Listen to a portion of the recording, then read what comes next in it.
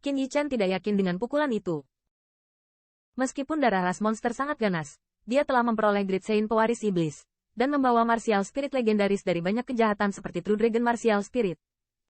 Ominous Fienki tidak bisa mengikisnya sama sekali, jenis suara magis yang menangkap jiwa, dan dia tidak bisa menggoyahkan seni jiwa yang tak terbedakan.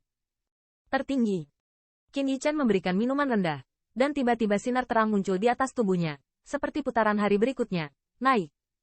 Bang. Matahari yang terik terbit, dan kabut darah yang menyebar antara langit dan bumi langsung menguap. Asal sejati yang asli, yang penuh dengan depresi, juga mendidih. Kekuatan sihir. Pada saat ini, nafas Qin Yichen juga sangat kencang. Dia menginjak kakinya, berjalan seperti naga, dan menggeram, seolah bergemuruh dan bergemuruh di atas langit. Saat kata-kata itu berbunyi, otot lengan Qin Yichen menggeliat dan tiba-tiba berlipat ganda secara tidak normal. Tendon biru membengkak seolah-olah untuk memecahkan kulit, dan lengannya akan menahan yang menakutkan. Pada saat kekuatannya, sepasang penjaga gas hitam tiba-tiba muncul, menutupi lengannya.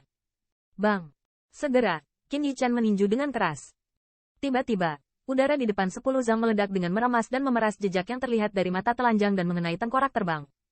Hong lama. Kedua striker itu bersama-sama.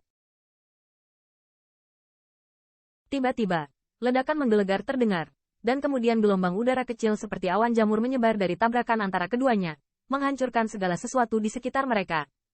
Dan semua orang dapat melihat bahwa pada titik kontak itu, kekuatan besar menghantam tengkorak Qi Teng Teng yang mengerikan.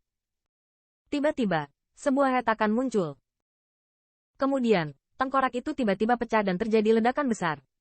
Gelombang udara yang sangat besar, seperti tsunami, menyapu kursi dan menghancurkan segalanya.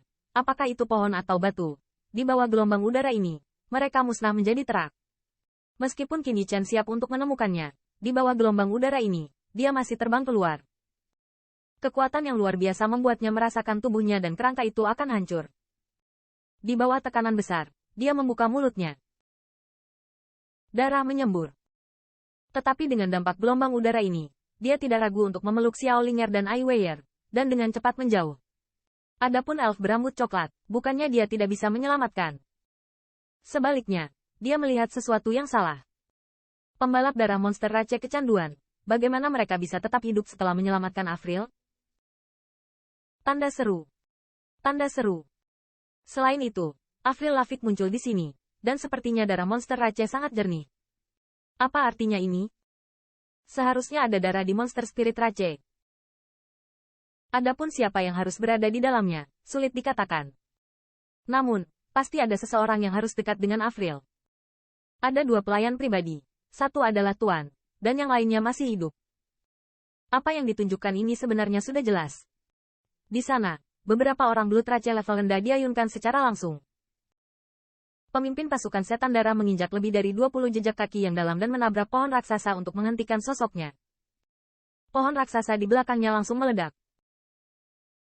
Meskipun dia tidak memuntahkan darah seperti Qin Yichen, dadanya juga berfluktuasi. Ekspresi wajahnya lebih serius. Sejak pertama kali dia bertemu Qin Yichen, dia tahu bahwa anak muda ini tidak sederhana, meskipun tidak terlihat di permukaan. Ternyata intuisinya benar.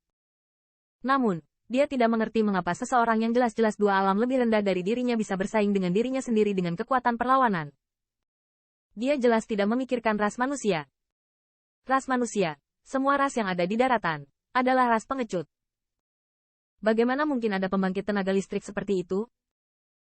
Tanda seru. Tanda seru. Bos, apakah kamu ingin terus mengejar? Pembalap darah monster Rache mendatangi pemimpin dengan ngeri. Salah satu dari mereka bertanya. Pemimpin menoleh ke samping, menatapnya dengan bijaksana, melihat rambutnya. Apa perbedaan antara mengejar dan mendekati kematian? Tanda seru. Tanda seru. Dia hanya ingin membunuh Qin Yichen dalam satu pukulan, lalu membawa pergi Avril. Siapa tahu, Qin Yichen benar-benar memblokirnya. Sekarang ada keributan yang begitu besar, sulit untuk tidak menarik perhatian spirit Rache. Begitu mereka ditemukan oleh spirit Rache, mereka tidak akan lolos. Bocah keji, tidak peduli apa rasmu, begitu aku mengetahuinya, aku akan membiarkanmu menghancurkan 10.000 segmen.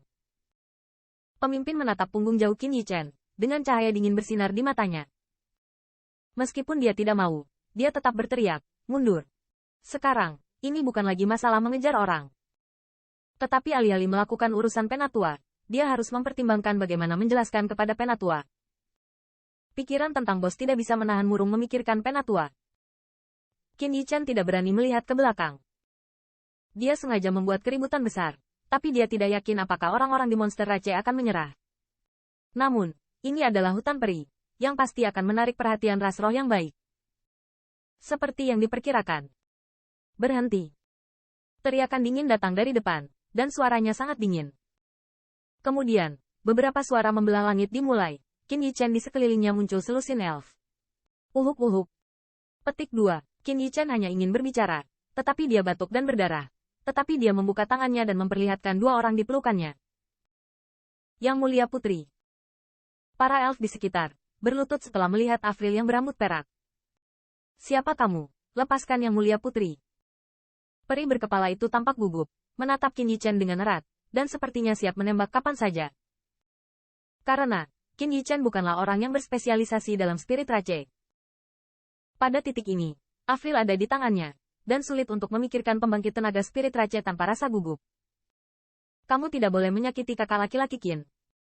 Avril berdiri di depan Qin Yichen. Yang Mulia Putri. Pembangkit tenaga spirit race yang berkepala memandangnya dengan tidak bisa dimengerti, tetapi masih memberinya hormat setengah berlutut. Terlalu banyak keraguan di benaknya. Dia adalah pemimpin tim spirit race yang berpatroli di sekeliling. Setelah melihat keanehan itu, dia segera bergerak ke sini. Ledakan. Qin Yichen terluka. Dan putri ras roh mereka. Ini membuat pikirannya pendek, tidak mengerti apa yang sedang terjadi. Itu adalah kakak laki-laki Qin yang menyelamatkan saya. Seperti yang diceritakan Avril, orang-orang spirit race ini segera mengerti apa yang sedang terjadi. Balapan monster darah. Tanda seru. Mereka berani tampil di area spirit race saya? Tanda seru. Sungguh keberanian untuk berani bersikap kasar kepada Yang Mulia Putri. Peri-peri ini tampak sangat marah. Meskipun mereka tertarik untuk mengejar ras monster, mengingat situasi Avril, kapten yang dipimpin memutuskan untuk mengirim Avril kembali ke suku terlebih dahulu.